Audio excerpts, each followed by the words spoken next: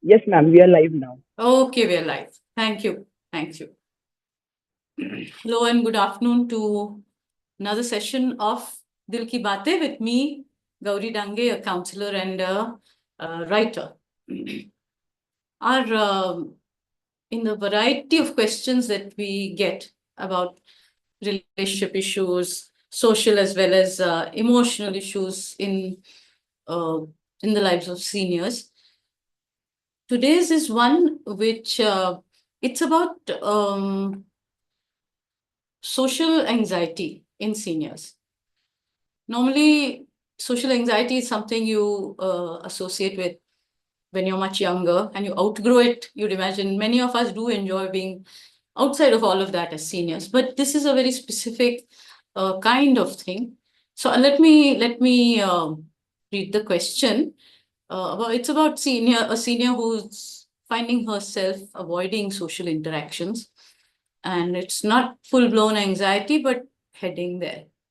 So it says, "Hello Gauri, I'm 72, divorced after our children grew up, after 20 years of marriage. My husband was a verbally abusive person who refused to take any counseling. At one time, the police were called by neighbors on a night when he was shouting and swearing. I retired from a job in which I traveled quite a lot. A few years ago, I had a man friend, a companion, but as he was married, we put an end to it mutually. Now I live alone, my children are out of India, and I've settled in my old hometown. I thought I would reconnect to old friends or activities, as quite a few others like me have come back here after retiring. But I find after a few meetups, I'm reluctant to go out. I particularly don't like the many functions to which I'm invited: weddings, anniversaries, namkarans, thread ceremonies, etc. I do not want to speak about the past, and also I do not want to get too close and be talking on a daily basis to people. I feel extremely reluctant to dress up and go anywhere, tie up with people for long commutes, or host anything in return. How do I make this clear to people without being rude? And my children keep warning me not to isolate. Uh, Please advise how I can find some balance. This is Vibha B. So, like I was saying, social anxiety, where usually we associate it with something that fades as you grow older and you're comfortable in your own shoes. But now here, I think Vibha has also got a burden from her past, a burden that's only visible to her, maybe, not to the people around her. And one thing I would say is that sometimes we shouldn't read into people asking you about yourself when you meet anew. Don't overread it as everybody being, inquisitive or crossing boundaries. Sometimes it's people who like her are also now maybe in a new situation, and it's just a conversation opener sometimes, seeking commonality. You talk to people because you want to, you are looking at some intersecting ground. So I would say, I think we're in busy times, even if we're older people. I don't think, unless a person is a really a very sort of toxic gossip, I think people are quite preoccupied with their own lives, and one should not be assume that, oh gosh, now I'm going to have to lay open my past. But she is feeling this way. She is feeling that anxiety and reluctance. Um, if it is rituals, functions, dressing, eating, gift giving, all of that, she feels that you are really done. She's done with it, maybe, which is fair enough. It's not a problem. And uh, I think out of just not going, out of just politely declining invitations, maybe people will catch on that this is not something she's interested in. Or you are free to say, I prefer one-on-one meetings with people. I don't go to this. I mean, in my ears, while I'm saying it, also it sounds like a little rude when you're invited somewhere. But so maybe you don't spell it out. but people will catch that you don't. If somebody is very persistent, then you could say, it's not my most comfortable area of social interaction. I'd love to meet you for a cup of coffee. Suppose, where the person is saying, come for my grandson's thread ceremony or whatever it is that she finds she can't relate to, and where the possibility of just sitting around and a lot of idle chit chat is higher. Where people are just passing the time while some ritual is going on. I think people, like Vibha is saying, and people in this situation, think of themselves as, I'm using it very carefully, abnormal. They assume everybody has very normal lives with all the right things at having at the right time, the right people in their lives, the family structures in place. But I think we all know that this is not strictly true. Even in India, it's not strictly true. Everybody has crimps and kinks in their lives. And how much you want to, reveal those crimps and kinks is completely up to you. I think the children are right in saying, for this reason, don't completely isolate. There is obviously the heavy burden of the past. But I think one has to come up with a socially acceptable version of the past. You don't have to feel obliged, like maybe much younger divorced people, where you meet somebody and they say, I'm separated or I'm divorced. And there's a kind of assumption that you'll tell the story of your life, why this has happened. If suddenly at 36 with a small child, you're divorced, there's more the expectation of giving background. Here, I think you have to know that it's absolutely not required of you. And maybe it's sitting heavy on her shoulders. It's the reasons for this, or where she has, I think, reading between the lines, she has faced a kind of what is the word for it? Like a parda was hut out suddenly when at a time there are incidents where neighbors are involved, and so that she's carrying with her, where you feel there has been a kind of very unpleasant, scandalous thing that has happened with you. Maybe there's also the involvement with the married person, and then they've parted ways. All of this is weighing heavily, and first work might have to be internal work to say that to first of all, what Freud called turning neurotic misery into common grief. Instead of just feeling that, Papre, only I have had this twisted path in my life. And then looking around you and realizing that lots of people have faced lots of such things.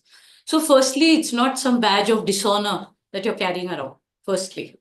To work on that, to know that. And to then, as I said in the beginning, to know that people are not, most people are, have the social graces not to be, once you signal that you're not talking about a husband, or you're not talking about your work, or you're not talking about things from your past.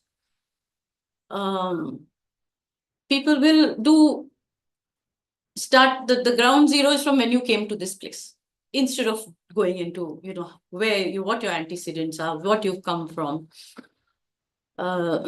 We do meet a lot of people who are very happy to talk about their past, either past glory or just with great fondness about their children, their husbands, their families, and what they did before they came here.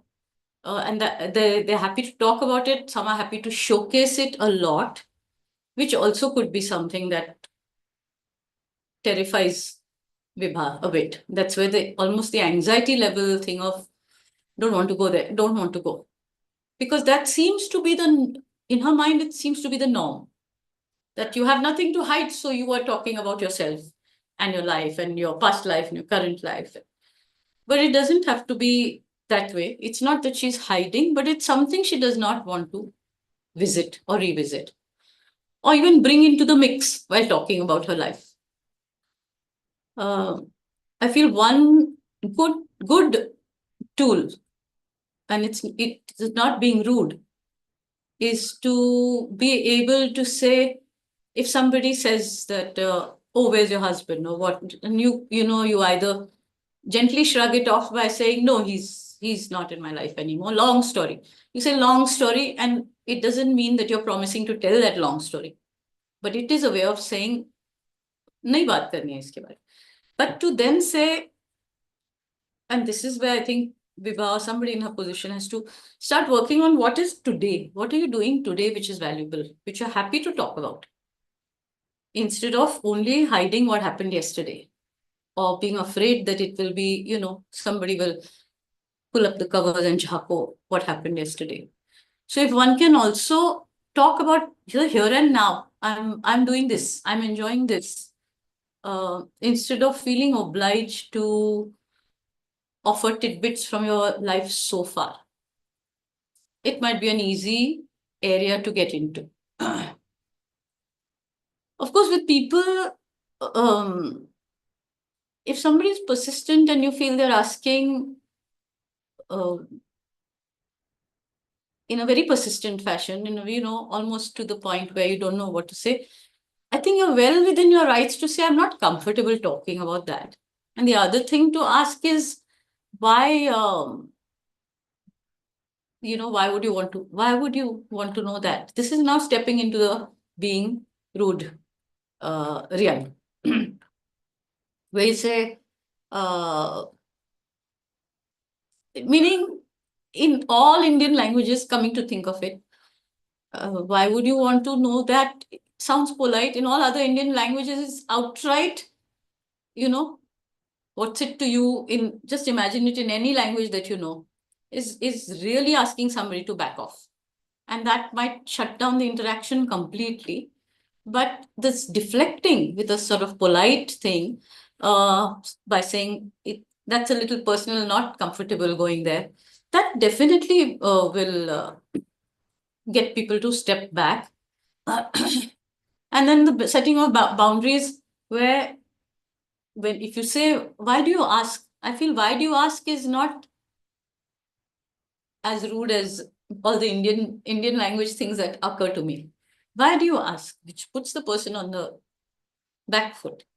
It places the onus on the person asking, which might make them sort of pull back their question. Um, one thing I feel is that, to assume that your past is fodder for people, to assume that it will immediately be fodder.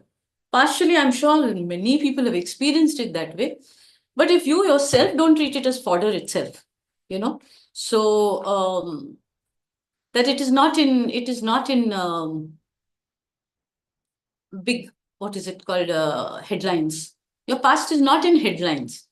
And the internal work is to not even see it as headlines, however much you've experienced it as shocking headlines in your own thing. What you did, what your husband did, any of it, if you see it as, Bapre, this is headlines material, this part I can't talk. So immediately comes that thing that then what will I do outside? What will I talk?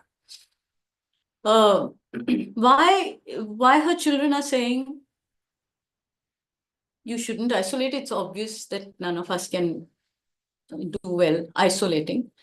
But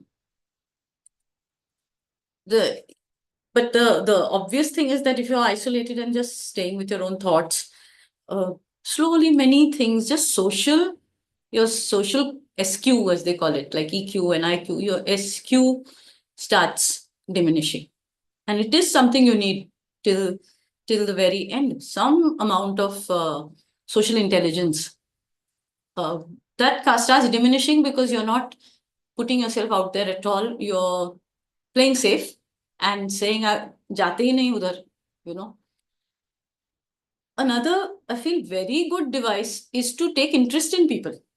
So instead of feeling that, oh my God, now I have to offer myself for scrutiny, अब मैं जाऊंगी इधर और बस, I will have to answer all kinds of सवाल about where I came from, what happened with me. What about showing interest in other people? I think will kill two birds in one stone, which is so there aren't these awkward silences where you feel in some kind of witness box and giving answers. And the secondly, it will definitely improve your social interactions if you're interested in what people did with their lives. Nothing to do with asking about their past or anything, but asking questions, thinking up ways of asking questions which don't immediately jump to, so what do your children do? I know people whose children are not doing well at all. The social anxiety with these people is very high. कहीं पे जाओ, you meet, they say कि, you meet people with highly successful children, and I have nothing to say. It's very big problem for some seniors going to go out.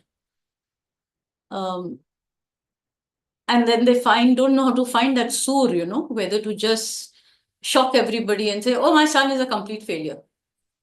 Don't ask about him, which is like a social clangor. Or to then tell some, odd kind of make up some odd stories. It's a source of great anxiety for a lot of people.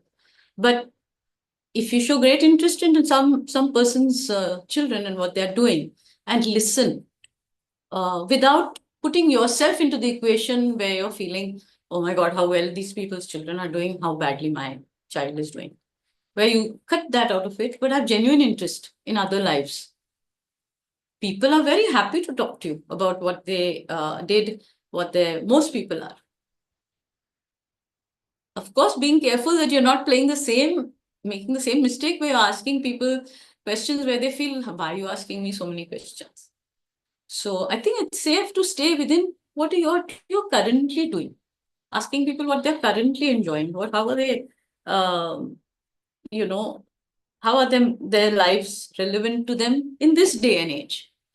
Then if the person offers information from the past, continuity with what they did before, family relations, without any hitch, then it's fine. Then the conversation rolls,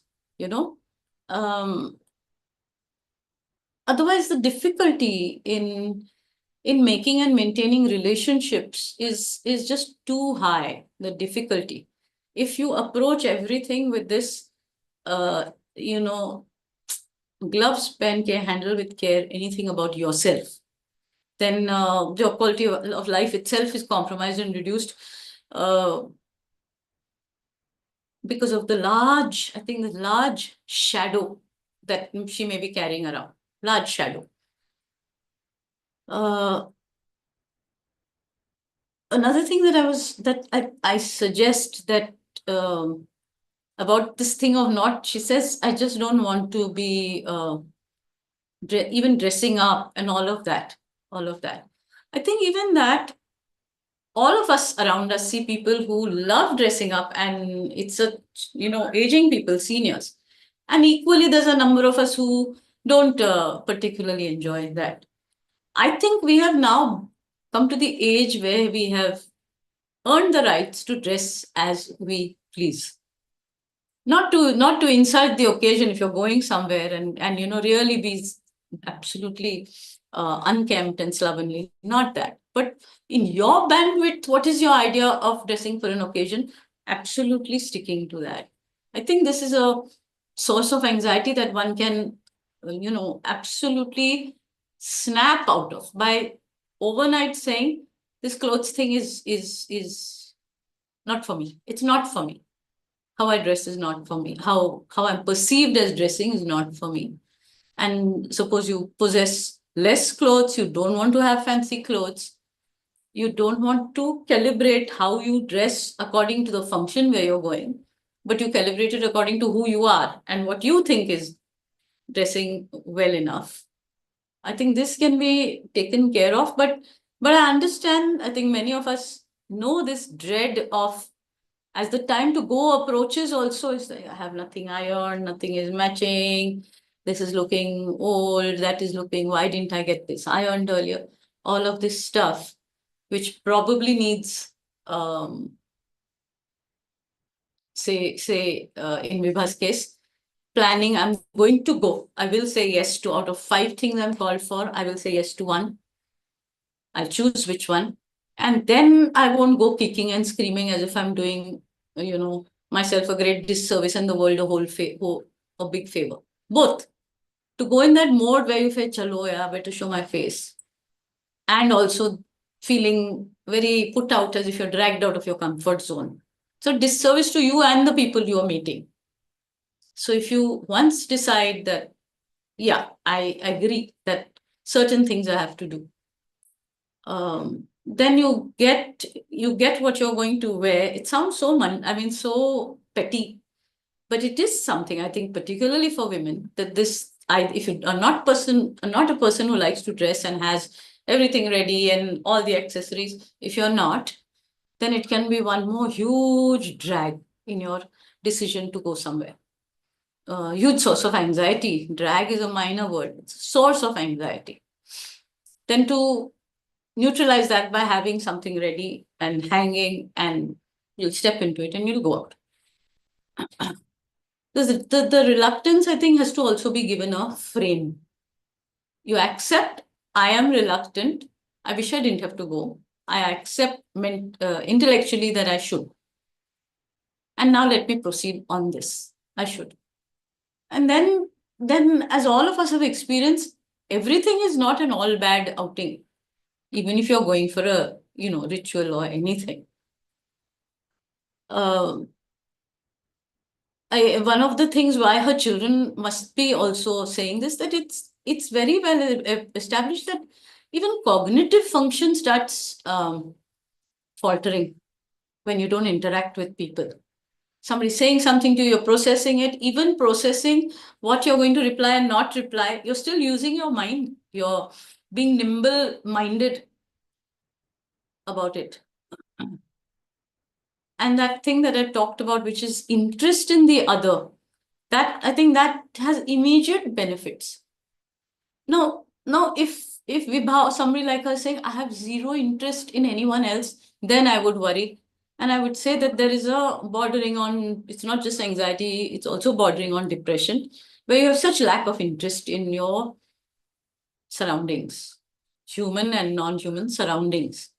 Then I would really urge somebody to go seek counseling to kind of, again, revitalize your relationship with yourself to start with. It is her relationship with herself that she's uh, almost worried that she has to now open up some doors she doesn't want to open up. It's her relationship with herself. And I think that would strengthen her hand greatly if she would first get into this, of going to the core of what is it that I'm fearing, what is it? It cannot be one big brush. People are boring. That can't be that brush. Or people are too inquisitive. No, it won't work to, do a blanket statement like this. Then there's no way to climb out of this social anxiety. From her letter, it's clear that she does think that there's some balance that she has to find. She says, I find she did went for a few meetups. Now, activity, she said to connect to old friends or activities. I think activity-based meeting up is the safest for somebody in her position. Then you just assemble and disassemble based on some activity. There's plenty going on in the senior circles in every small town and city. And it isn't all just, prayer and spirituality. There's so much else. If prayer and spirituality is not your thing, there's so much else. Real activity where you're kind of answerable to people. People are going on bird counts, whatever. I mean, this is just an example. I know people relearning painting, craft, cooking, or imparting cooking. I've said this before. In our country, volunteering is not such a obvious thing to do. Volunteering, but volunteering is one of the safest and most fruitful things where you go for a purpose. Not too many people are going to turn and ask you, where did you come from? What's your background? Or, drawing you into why you dress this way, or what is being served, or any of that stuff which she's feeling disconnected from.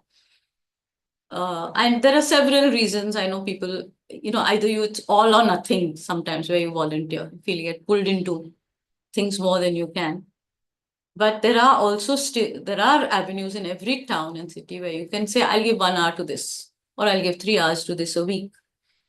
And I think that is while it's of use to the recipient of your volunteering, it's of great use to people to feel uh, not just useful, but just be socially amongst people, like-minded people, obviously, and to come home feeling that you've interacted often. When you volunteer, you interact with a group of people who are the volunteers, maybe like you, but the recipients of the volunteering are completely different from what your social setup, and that itself is a I think it's funnily to say this, but a very safe place for somebody in her position.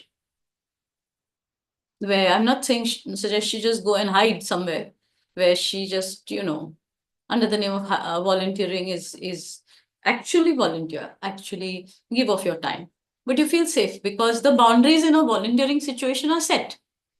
We have come here for this thing. Over and above that, those who want to, after they're done, go have a cup of chai and talk about each other, that's completely optional, may happen organically, and may not be frowned upon if you don't make yourself available for it. That's the beauty, I think, of that when we talk about activity driven interactions. But that sector of volunteering, I think, gives you focus as well as a very clear cut boundary as to what your social interaction will be when you decide to, uh, you know, give of yourself for some part of the day or the week. Lots of people balk at it. When you say volunteering, there's a नहीं नहीं वो खद्दर पहन के मैं social work नहीं करती. This is very, I find it almost silly now because it's not as limited as that. खद्दर पहन के झोपड़पट्टी sweep कर. That's not volunteering anymore. That's not only what it is.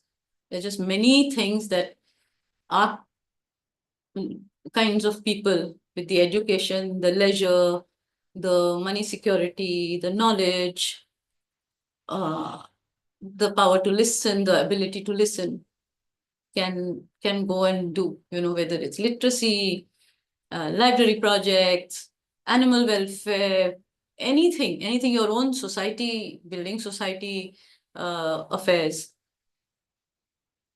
So I would urge Vibha to not go into that recluse mode because she can't think of what other way to engage. Then I'll just sit at home because I can't think. The other way is too frightening for me because it is laden with, she feels, a whole lot of questions that she's not willing to get into. I think there are many, many in between spaces, safe spaces for some of us who may not be very naturally sociable and social.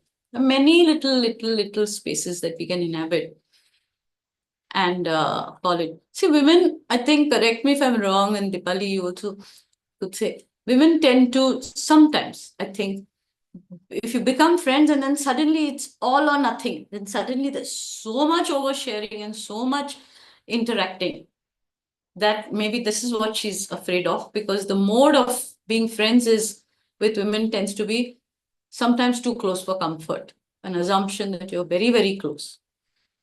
So there's nothing wrong in bringing a little formality in the interaction with somebody. And just because you are neighbors down the hall, or just because you have come here, both have retired from some other place, you're a nodding acquaintance, I think that's up to us how to calibrate it and not have this all or nothing kind of thing that I think she's falling into. That's it. This is what I wanted to say. She talks about dressing, eating, gift giving, uh, mm, rituals, functions. I feel that itself is defined. When she says it, it's defining what you don't want to do. But then it's incumbent upon you to define in what format you do want to do. So if my neighbor is having a huge bash for something, to mark something, a newish neighbor, as in her case, new people, I may be able to bring myself to say I'm not good in large crowds. I think that's not impolite.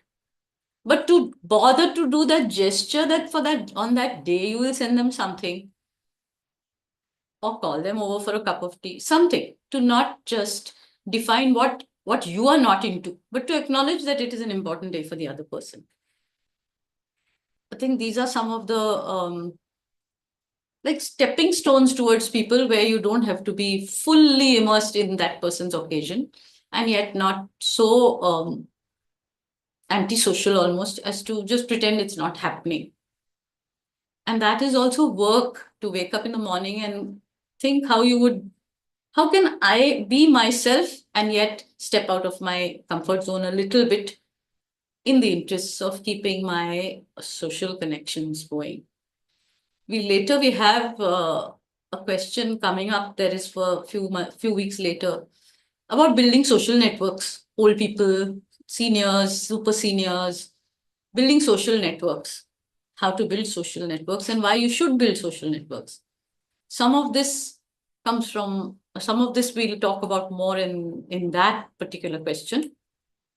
But I think this intense fear and anxiety in social situations, either intense or going into the mild and which I feel more hers, which is a almost persistent but persistent discomfort. It may not be high anxiety, but the discomfort and reluctance to get over that, maybe some of these small devices, whether it is activity based involvement or whether it is one-on-one engagement with somebody, or whether it's outright volunteering. I think the discomfort and reluctance one will have to work on. And to repeat, the one last thing is to work on one's own internal demons, to call it a big words, but the demons that are dancing about and making you think that you are less than fit for social interaction. Yeah, that's what I have to say about this. If today it's just Dipali, if you Yeah. have anything to say, yeah. Huh. See, I think that when we are very young, we assume that there is a perfect template of humanity, and families, and we all live with that fairy tale. And I've seen that as you grow older, you are normally more in tune with reality and you're not really concerned about living up to the fairy tale.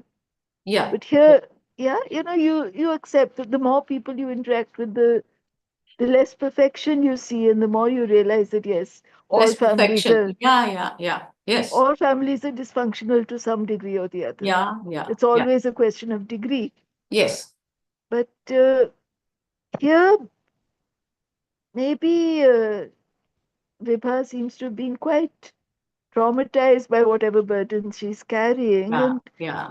perhaps one of the safest things she can do is to just go for a morning walk, wear nice, comfortable, shabby clothes, Yes. start saying hello to people, or Just just greet people. smile at Just greet somebody. people. Yeah. Yeah. Just greet people, and organically there will be a level of, if nothing else, people will miss you if you're not seen. Yeah. It happens. Yes. Yes. You don't walk for 3 days, 4th day, somebody say, oh, are you okay? We didn't see you. Yeah. Yeah. And that's all. So You might want to just leave it at that, keep it at that, but still yeah, yeah. action that It at is least. a human interaction. Yeah. Yeah. You Yeah. go to your local shops, Yeah. you buy, instead of ordering stuff online, Yes. you go to your local market, so you are seen. Your bhaiya there is not going to ask you about your family or your Yeah. children or whatever. Yeah. Yeah. But they are human beings who notice your existence, Yeah. who Yeah. witness your existence, which Yes. Yes. is perhaps the primary basis of all interaction. That yes, you Yeah. human being are noticed by XYZ Yes. in society. Yeah. And so Yeah. to be noticed is important, to be Yeah. seen. Yeah. I think that's what her children mean. They don't want her to to be go way out of seen her and comfort then to zone. be heard, perhaps. To be Hmm. seen first and then Yeah. to be heard as much as you want to be heard. Yeah. Yeah. Yeah. Yeah. And equally, like I was saying in the beginning, equally that people also want to be seen and heard. Yes. I mean, You you know? are also, you, as a human being, I will also reflect Yeah. an interest in XYZ whom I meet. Yeah. Yeah. If I do not see so and so for so many days, my Correct. neighbor say, Yeah. oh, you're looking very unwell, or you're looking, have you Yeah. been ill, or whatever. Yes. You know, Yes. there, Yeah. Yeah. because to accept with all sincerity that you are a valuable member of whichever society you are living in, Yes. to accept your own self worth. Yeah. You Yeah. are worthy with, without husband, with, without children, with, without any partner Job. or non Yeah. partner. Yeah. You Yeah. yourself are a valuable person, Yeah. and Yeah. and to be secure and sure in that value of yourself. That's right.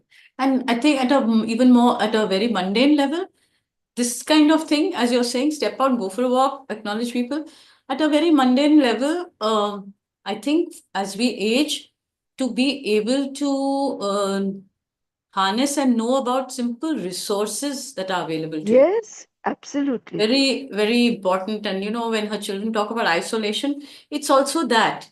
Because from this to saying that plug point is not working, never mind, let it just die. This tap needs one dirty rag tied to it. That's how I'll function. When you can afford to, Yeah, make things easier for you, but those resources come actually all of us. If we think the resources come really from picking up the phone and asking, it's all right to be with these companies that send you people and all of that. But yeah, even then, and then that again makes your neurotic misery into common grief. If there is some yeah. pressure problem, some tap is not working, your um, electrical No, fitting. see, in India, at least, Gauri, we have maids, somebody coming to our door Yeah, yeah, yeah. every day. We have, Yes, kude wala, dhobi, this one, yes, that one. yeah, There are people who will, I mean, I am still horrified by the way Gene Hackman passed away and yes, his yes, wife. yes, yeah, That yeah, was horrifying, yeah, yeah, that, yeah. and the poor dog who Yeah, starved to death. yeah, I mean, it yeah, was yeah. a That's nightmare. that's a sort of, but it's on the same continuum. It's an Exactly. extreme, but it's on the same continuum. But So yes, but yeah, since we have I mean, even the most middle class or lower middle class person will have somebody coming in to do something or the something, other around something. their Who house, na? raise the Or, alarm? Yeah, yeah, yes, someone will be there. yeah, yeah. Who'll mark your absence? No, Yeah.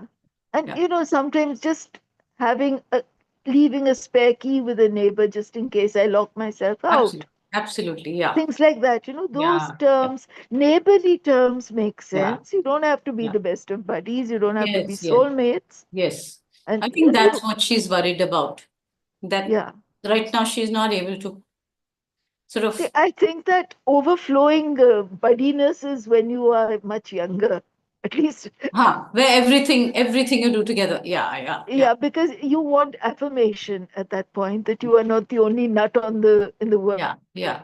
And that commonality thing is very important. How you are just There like are each other other. nuts on the tree. Yeah, It's very important. yeah. Yeah, so Hmm. that's when, at least in my head, it's when you're much, much younger. When you're older, you accept Yes. far more diversity. You're more aware of Hmm. diversity and you're more accepting of diversity. Yeah, yeah. Of So, leveraging, of also the need for quite a big boundary around each person. yeah, No? Uh, yeah. yeah. And that, yes, you are free to set your own boundaries. That's right. And Yeah. Yeah. you are also free to be perceived as that thoda reclusive lady in 70 something. But Correct. it's okay. Correct. Yeah. I don't think, it's not Yes. really Yeah, yeah, terribly yeah. important. But Yeah, yeah, yeah. That even that so because she said she's come back to her hometown, you see. So yeah, obviously there is some, when you do decide to do that, you have come back to some comfort zone. And what you expect from coming back to your hometown cannot be minus the people involved in it, no? And that, as she described, See, for me, I think one of the biggest comforts of being back in North India or in Delhi or in the vicinity of Delhi is language. To firstly, know the firstly, yeah, the language on the street. yeah, yeah, Having lived in, okay, Bengal was not too bad, but huh, Tamil Nadu and Kerala, you don't know what the guy on the very street is saying. difficult. Yeah, yeah. Correct, Yeah, so correct. Hmm, so hmm, that is a comfort in whichever part of the country she's in, yeah, language, and yeah. perhaps a nostalgia trip at some. This is a place where I was happy, Yes, yes, yeah. Your roots, just your roots. and yet, Yeah. the past is a foreign country. However close to Hmm, it you hmm, go, hmm. it is always inaccessible, It's a revisit of it right? sometimes. Yeah, Beyond yeah, a point. yeah. That's right. Beyond a point, you cannot access the joy you felt as a child, or nostalgia, yes, up to a point, but beyond Yeah, that, maybe yeah. that is also a disappointment for her. That Perhaps, perhaps. we I mean, again, I'm maybe overthinking it, but Huh. could be, that you go back with something in mind. With correct, correct. And I wonder whether um, Yeah, the assumption was that you just sort of merge into the woodwork in an old familiar place. yeah, That's a it's a very double-edged thing. If you're even allowed to do that, it's not good for you. Mm. yes. So Why? No, nobody should merge into the woodwork. The yeah, woodwork is fine by itself. yeah. No, no, this invisibility or leave me aloneness that some she's hovering over that, or people with social anxiety do. Uh, it Also, sorry, I think that sometimes the things which make you anxious, if you just say, okay, I hate going to large parties, but hmm, hmm. I am going to go, and I will find one person at least I can talk to, and you may find yourself having a whale of a time. It Surely, happens to surely, me yeah. because I, I mean, believe it or not, I do not like large parties at Hmm, all. I, hmm. I like very small interactions, Intimate ones, yeah, yeah. but sometimes I put on a brave face and then, yeah, that wasn't so bad. Oh, I actually had fun. You can surprise yourself. Yes. And you can come home. I mean, I can imagine somebody like Vibha come home, okay, with great relief and say, Acha, chalo, done. But not Huh? that you had a terrible time. You were not gritting your teeth right through it, you know. Yeah, So it's fine to mm, value your alone time and your true. little bubble. Um, I think it's important to also not feel so scared that, okay, if I let somebody into this, it means in extremes, it means now I'll have to lead the big extrovert life. You know, it's Yeah, not I mean, there at all. It isn't all or nothing. It isn't all or nothing is what I suppose she'll have to slowly talk herself down to, and to dismantle some of the things which she feels are big signs in her past life of some kind of dysfunctionality or being not with the mainstream. yeah. I mean, in her head, she may think that everyone else is happily married, but Yeah, a whole lot of people are just, yeah, they are within marriages, but not yeah, necessarily happy, or yeah. sometimes happy, sometimes not so happy. That's right. So Yeah. there's a whole range. I mean, Yes. And she says she and doesn't want to get into any kind of one-on-one at a very emotional level with anybody. But I would say the only way to turn your neurotic misery into common grief is to get a little jhalak of what's going on in people's lives also, no? How they are yeah, to architecting have their empathy, later you years. need empathy with others, Yeah. because it's Yeah. only with empathy that you will stop isolating. Yeah. I mean, you have to take a genuine interest, even if it's your bai, even if she's come to you Yeah. with looking. pull down one day, you will ask her what What happened. happened? Yeah, Are yeah, you well? Are you not well? yeah, yeah, yeah. And even you may not want to hear her Ram Kahani, but Hmm. it won't kill you to listen. Absolutely. Yeah, yeah, yeah. Yeah. And this thing of one last thing, uh, that this assumption that there will be judgment just behind that new person's face, just behind it, judgment. Hmm. I feel we have also made a very big thing with the word judge. Don't judge, judgment, don't judge. Make it into such a, you assume judgment when it doesn't exist. Of course, it exists Hmm. in lots of people's lives, but I think one should label something as being judgy or judgmental only very carefully after you feel there are very clear signs of it. But Hmm. to say that people, when they see a life that is a bit jagged, will immediately judge, I think that is having very less faith in just the basic decency of human beings, you know. People sometimes, I have seen that somebody whose life is a little different Huh. are often, I mean, they are actually treated as role models and ideals that, oh, wow, why not? Also. Yeah. Also, that is Yes, also that, yes. yes, Yeah, they yeah, are far freer agents in their own yeah, lives. yeah. Correct. So their freedom is something which a lot of other people find worthy of emulation. Possibly, yeah. And respect, that you're Yes, pulling oh, something yes, off on your own, say. So yeah, all of that, all of that. So the to just wrap up, the compensatory stuff, which is instead of fully swimming into the big social flow, when we're talking about doing activity-based things, there's also the whole entire gigantic world of art, you know, if not producing it yourself, music or art or dancing, but to absorb it and to just be part of an audience itself is a social interaction. You go to a program and you're sitting with a few yes, people and to just observe how people are at the a cup of coffee after in the interval of the chai to say a few things. That's interaction enough. If it's not partying at all, but that much one has to, I think, start looking at these avenues. If just now yeah, they're not obviously there. yes. Also, having retired, one doesn't know what was the nature of her work, or how busy a person she was, and what Hmm. are her interests, what are the things which float her Correct. boat, as it were.